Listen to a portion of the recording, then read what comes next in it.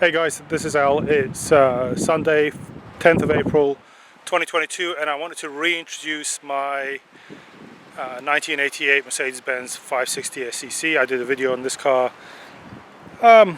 maybe a couple of weeks ago as a mashup video with a bunch of other cars, but I wanted to do a video specifically on this car because it's a real nice car. I've had it for a long time. I can talk a lot about it, kind of give you my opinion on these cars as well as show you this particular car. So let me turn the camera around and we'll just do a quick walk around and then a drive in it. Alright guys, so there you have it. This is my 1988. It's a Euro car, 560 SEC. If you run the VIN through EPC, do a data card on it, it checks out as a 300 horsepower car. The color's nautical blue with grey leather interior, and I've had this car since about 2009. As I mentioned in one of the other videos that I had, it took me a while to buy this car. I found it, tried to buy it first time round but couldn't work out the deal. Then I saw it again for sale 6-9 months later. Sent an email out to the owner on Craigslist. He asked me to call him. Turned out that the guy who first showed me the car didn't really own the car. He was trying to sell it even though he didn't own it. He was buying it on payment terms and he hadn't fully paid for it. But in any case, by the time I bought it, it wasn't running. That issue turned out to be a crank position sensor, and I got it running, drove it for a while. It was in terrible condition. The seat leather had been recovered in vinyl with fake ostrich inserts. The paint was all burnt up on it. The interior was just in nasty condition. You can tell that the guy who owned it for a while and drove it for a while probably wore a tank top and sweated a lot, and it was just basically peeling off the vinyl. In any case, it was right around the time that Cash for Clunkers happened, and there were a bunch of these old cars making their way to the junkyard, so I managed to score a half decent interior, which is what's in it right now. Carried on driving this car for a while until the suspension just became unbearable, and then parked it around the back, and once it's in the back, it takes about 5 years to get round to it, just like anything else that's back there. Let me step.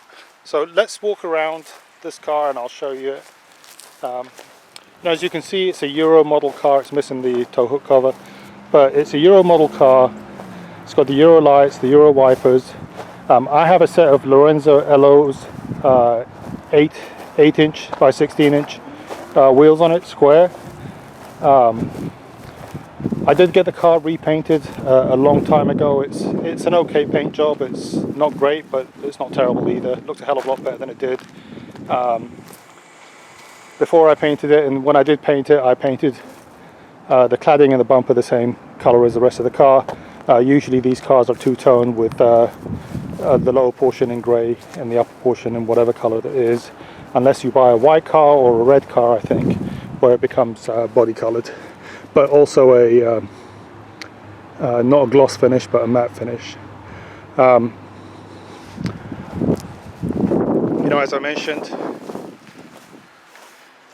the interior is in somewhat decent shape right now. Before I parked this car, we did a bunch of work on the dash. We replaced the dash with a crack-free dash that belonged to a friend of mine on a parts car that he owned, and we replaced all the vacuum pods, resealed the HVAC box. As I mentioned, it was sitting in the back for a few years, and while it was sitting, it lost its charge, but I charged it last week with R12 and it's holding up fine. The clock's all in kilometers. The odometer's broken, which is a common problem on these cars. It's missing the side panel, but I have it. Actually, I have a full parts car for this car, and some pieces over here because this handle is broken, so I need to get that fixed. Alright, so this is the engine bay. It's just your run-of-the-mill M117 engine bay. When I pulled the car out of storage, I just added some oil. It's kind of wet down there, so I guess it's got a few oil leaks. But that's really pretty much all I had to do, and added a little bit of power steering fluid. But you can see it's covered in dust. The main reason why it's so dusty down here is because when I store the cars in the back, I usually store them with the hood open to stop critters from nesting in the engine bay. They don't seem to like nesting if the hood's open. So that's basically it. As I mentioned, this guy didn't do a great paint job, and I'm going to have to go back in with lacquer thinner and clean all this stuff up. Needs a headliner. So, get this car back up and running again. What do we do? Well, we swap the wheels out and the tires, put brand new tires on the car. That made a huge difference because the old wheels were out of round and the tires were in terrible shape. I think the date code on the tires was 2007. So just changing the wheels and tires made a huge difference to the way the car drove. It used to have a death wobble, which is a common problem on these 126s. They do suffer from that. Most of the time it's caused by worn guide rods. But the guide rods were fine on this car because the only thing really suspension wise that was a problem was the ball joints, which were in terrible shape, and the shock absorbers. And I'll show you a video of what the shock absorbers looked like when I pulled them out. They were completely hammed out, blown out completely. But you know, I've been collecting parts for this car over the years, and I bought a set of brand new Bilstein shocks. Just never bothered putting them in, so they were already here. Same with ball joints, already had them. So I used that special 126, 123 ball joint press and pressed them in. This is the factory ball joint press for a Mercedes 123 and 126, and this thing works amazingly well. You've got to take the spindle off the car, but once you've got it here and you've got it set up on the vise, you can bang out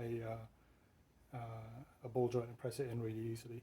It's really just a press. It doesn't pull the ball joint out. We had to use a couple of big hammers to get the ball joint out, but it works really well. It's well worth the money. So if anybody has a 120, 126, this is the tool that you need to do the ball joint.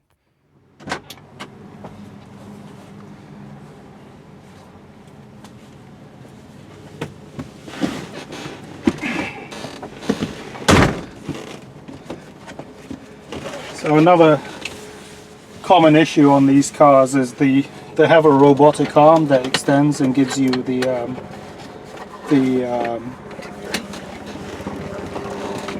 seat belt. You know, it's like a little seat belt presenter, and sometimes they can go bad.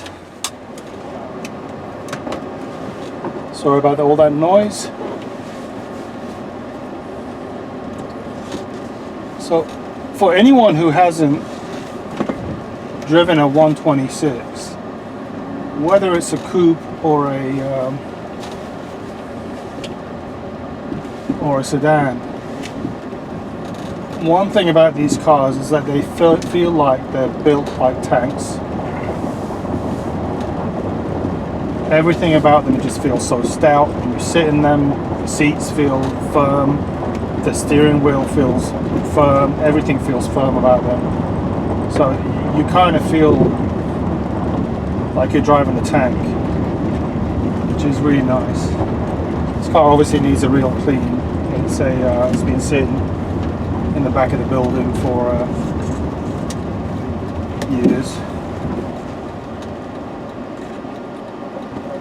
Now that I've addressed the front end, I really need to take the car in for an alignment, but I need to figure out the rear end as well. I've got SLS shocks in there, but I know I have a leak from the suspension pump or one of the hoses, which needs to be addressed.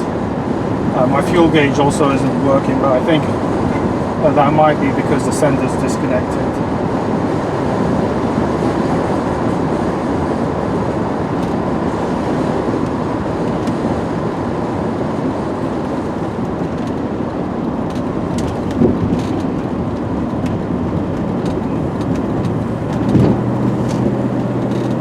day and night difference between the way that this car used to drive and the way it drives now. You know, we did the ball joints, obviously it needs an alignment, but it still drives pretty straight.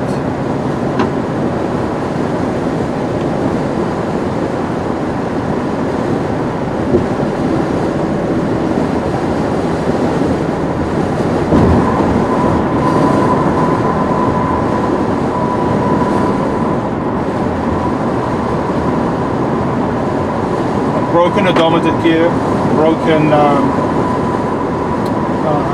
fuel gauge is not really a good combination when you're owning and you're driving a 126 because they suck gas.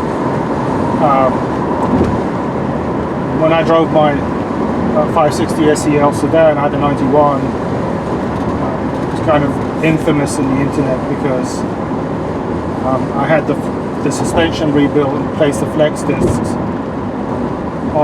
on that car, and after about 11 months the flex disc failed, and I posted on the internet. This was back in 2011, but it was probably one of the most read threads on Benz World because it was such a catastrophic failure. It totaled the car.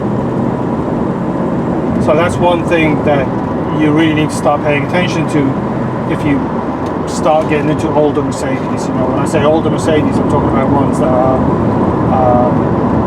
really anything 124 and older, so 1995 and older, and even the 129s are starting to kind of make their way to that.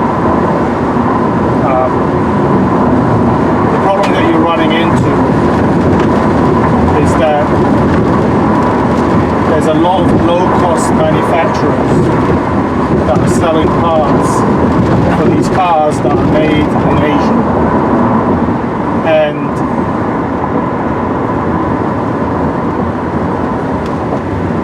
the problem with that is that they just don't last. They're poor quality parts.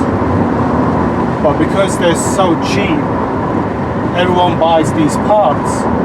And what that's doing is it's driving the high quality manufacturers out of the business of supporting these cars. So before, I used to be able to find, you know, TRW ball joints, lem folder ball joints, lem folder control arm bushings, lem folder, even Phoebe, Bilstein stuff. They're all, you know, high quality stuff. All of those parts are now becoming harder and harder to find, and you're having these low-cost, cheap manufacturers that dominate this market. And the reason that they dominate is because people buy on price. They're not buying for quality. So high-quality manufacturers basically aren't selling their products. They're getting out of the game, and you're kind of left high and dry. You end up buying a ball joint or a tie rod, and it doesn't last 6,000 miles if you're lucky, 10,000 miles. And that's really what happened with that flex disc that I had on that car. When I went looking for a flex disc, I couldn't find a lem folder or Phoebe flex disc, so I bought what was available. And after about 11 months it failed and destroyed the car. So the real Achilles heel of these cars isn't really the car, but it's the quality of parts that you buy for them. Right? If you want a reliable car, you've got to basically buy high quality parts that don't fail. It's as simple as that. But going back to this car, I mean, it drives great now. It needs to go for an alignment. I need to fix the self-leveling. It's so nice having air conditioning. I'm driving my brother's old E55 right now, and the AC compressor's gone out. I already bought a new AC compressor, but I'm not using it. So kind of stuck with this thing right now. So So you know, it's nice to have AC. It has a decent radio. We update the radio on this car. We put Sony head unit, high quality speakers. Has a little bass speaker in the back. It's very nice. It's a completely different experience to like a modern Mercedes. Modern Mercedes feel very light, you know. They're still very well made, but they're not made like this. This thing just feels like it's just incredibly well put together. What I'd like to do next is see if I can find a way to fix the seatbelt presenters, fix the odometer, obviously the fuel gauge, which I don't think is a huge deal.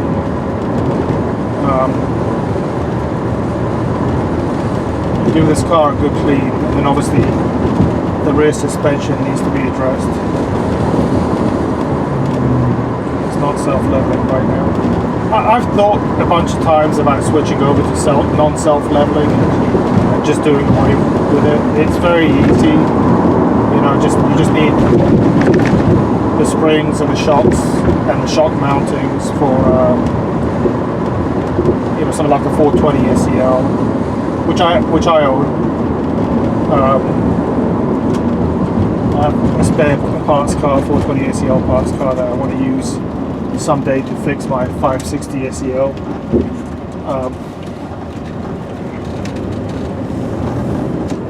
Alright guys, well, hope you enjoyed the ride. That's my 88 560 SEC. Thanks very much, and I'll see you guys next week. Bye bye.